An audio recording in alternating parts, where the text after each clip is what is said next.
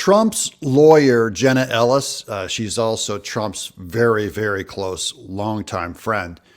She was censured in Colorado. It exposes a huge amount of corruption and infighting even within the GOP. Welcome to an Exile. Ex-Trump attorney admits statements about 2020 election were false and is censured by a judge. So this is Jenna Ellis. That is a headline from fake news CNN that made it sound like she denied what she believed, like she admitted to telling lies about the election. She did no such thing, by the way. Jenna Ellis was censured.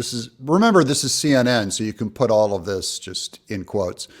Jenna Ellis was censured by a disciplinary judge in Colorado on Wednesday in the latest effort to hold accountable attorneys who boosted former President Donald Trump's 2020 election reversal gambits. So I feel sorry for you if you were reading CNN thinking that that's actually what happened. It goes on. Ellis signed a stipulation stating that several comments she made about the 2020 election violated professional ethics rules, barring reckless, knowing, or intentional misrepresentations by attorneys, according to documents posted by Colorado's Office of Attorney Regulation Counsel. As part of the stipulation, Ellis agrees to pay $224. Signing something that said she misrepresented, she did not admit to misrepresenting. She just signed the document which agreed that censure was the best way out. Here's Jenna Ellis's Twitter where she explains herself and exposes all kinds of stuff on the right. The politically motivated left failed miserably in their attempt to destroy me. They're now trying to falsely discredit me by saying I admitted I lied. And then here's her explaining why she signed the censure. That is false. I would never lie. Lying requires intentionally making a false statement. I never did that, nor did I stipulate or admit that. It's easy to counter CNN. You just go directly to the source. This is Jenna Ellis on Twitter. This is her actual source. As has become sadly typical, the opposition-controlled media is intentionally twisting the truth, conflating the full RPC standard with this actual stipulation. The standard reads dishonesty, fraud, deceit, or misrepresentation. The Colorado Bar Council and my council concluded that it was best to resolve the bar complaints by agreeing to a public censure. So she agreed to nothing but the censure.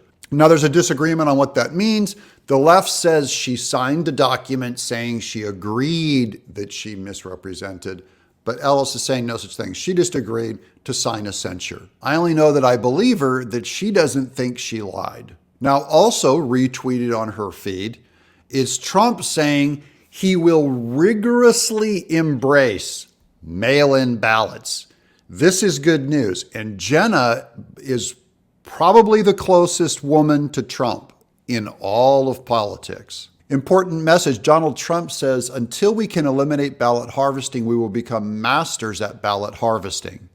We have no choice to beat the Democrats at their own game, and we'll do it legally. The radical left Democrats have used ballot harvesting and walk away with elections that they never should have won. Many states have banned ballot harvesting to keep our elections honest and fair. But in the states where ballot harvesting is still legal, we have no choice but to beat the Democrats at their own game. It's very simple. Either we start ballot harvesting, or you can say goodbye to our country. You can just wave goodbye, because Democrats would win every single election. Trump is right here. And until the GOP embraces ballot harvesting, he can't win. Now, this is a compromise. And this is what we've been talking a lot about is, will you compromise to unite? What will you do to win? The videos where I went in and countered the narrative and talked about uniting, I've lost 150 subscribers in 24 hours. I'm fine with it. I will lose many more on this show before it's over. But what I'm really talking about is a big party, big thinking, big win. And Trump is thinking that way, even to a point of embracing something that he doesn't fully agree with, which is ballot harvesting. We have to get smart And that's why our campaign will fight back and start harvesting ballots. But our harvested ballots will only come from legal registered voters who are American citizens. With your help, we will master the Democrats' game of ballot harvesting, and we will win back the White House from Joe Biden and the people that are destroying our country. They're absolutely destroying America. Thank you very much.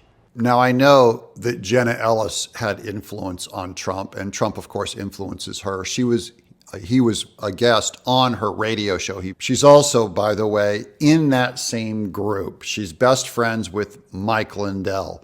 She knows Steve Bannon at the War Room. She's very close to Miss Powell. She's especially good friends with Vivek Ramaswamy.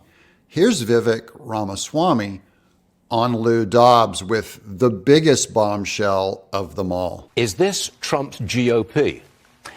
I think that the America First agenda and the people who are behind America First are really committed to putting America first. Not Trump first, not Vivek first. It's America first. And what I saw there, I gave a speech. We got 5 standing ovations in the middle of the speech. There's also a funny little secret I learned, Stuart. I'm new to this as an outsider. One of the things you see as an outsider is how corrupt this system is. You know something funny about this? I've attended CPAC before. I didn't know it works this way.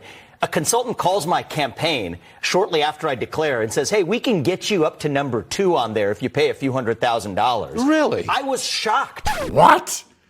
Yes. They're buying and selling slots at CPAC. That's the Republican Party. The conservative Republican Party went to Vivek Ramaswamy. And, he's a billionaire. He could pay for it.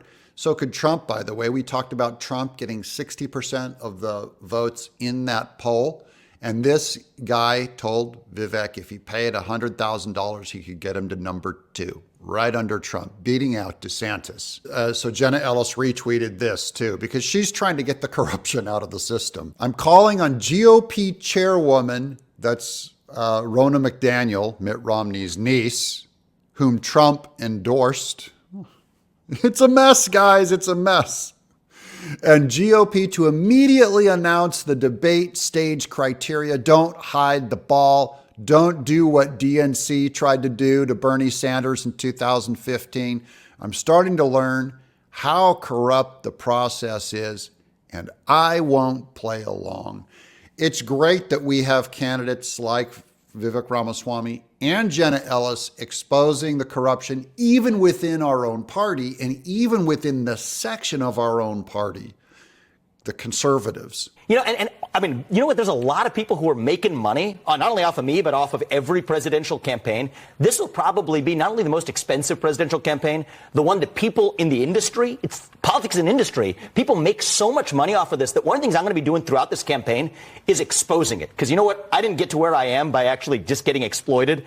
And I think the American people actually deserve to see the sausage getting made. Did you pay? It is so, absolutely not. That is fake. So why would I want to? Did you get bumped up to number 2? No, I said I would take my speaking slot instead. And actually, people can see that speech on my website, Vivek2024.com. See the speech and see the crowd's reaction. And I think people should be the judge of what's really going on in the grassroots rather than the astroturf that we see in the paid industry of partisan politics. Vivek, you are a dynamic and compelling candidate. Vivek had one of the greatest speeches at CPAC. I think he's an incredible young leader. I think he's a little too inexperienced and doesn't quite know what he's doing, but I think he is a powerful conservative. I would be thrilled if he was the candidate, or maybe the vice president pick. This one is going to be difficult because I do tons of positive Kari Lake videos. I will continue to do tons of positive Kari Lake videos. But Jenna Ellis calls her a grifter. Here's Jenna Ellis's tweet. She hasn't and won't win any of her lawsuits. Oh, right in the heart. It's just fundraising at this point. In other words, grifting. I was one of the first that endorsed her and supported her as a candidate, but this will set back the conservative movement for election integrity. I'm not sure where this comes from. If you go down in her Twitter feed, but all of the Kari Lake supporters blow up on her. They're like, you sold out, you're a liar, you had a divorce, you're a fake Christian. I know Jenna Ellis as a super conservative, longtime hardcore Christian, and I'm happy that she's on Trump's inner circle. Her calling out Kari Lake brought me a lot of concern because Jenna Ellis has a lot of credibility with me. I don't have a problem with Kari Lake fundraising on this because I think every single person in politics uses their platform to fundraise. Nikki Haley is making money fundraising by being president. People are going to dump money into her. Ted Cruz will do it. Rand Paul does it. Mike Pence does it. Trump did it. They raise money. They make money by fundraising. And then all the professional class in the GOP who are all professional fundraisers, they all make money off of fundraising. They make money off of you sending your money in. Katie Hobbs did it. No one knows where all her extra money went. Same thing with Stacey Abrams. They got dumped money into them.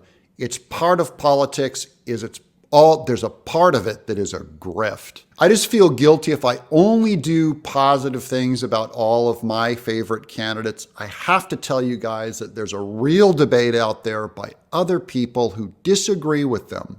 Sides are being drawn up. I saw that on CPAC all over the place. Team Donald went after DeSantis. Team DeSantis went after Donald. So everyone has to state their lines. This is why my big message is, at some point, probably after the primary, we're going to have to unite or we'll lose. It's the same message that Donald Trump said, I have to embrace mail-in ballots. It's a compromise. I don't like it, but if I don't do it, we will lose. My question is, do you want to win? And then finally, here's Michael Reagan. This is the son of Ronald Reagan, who's no Kari Lake fan. My father would be embarrassed for the Republican Party knowing that Kari Lake is speaking at the Ronald Reagan dinner tonight at CPAC. Embarrassing. Put Lake on the ticket in 24 would be a guaranteed win for Biden. This is Trump's footprint of voters. All of Kari Lake's voters fit within the Trump footprint. So she doesn't bring any new voters in to the Trump circle. And because he's the potent source, she doesn't make him more powerful either.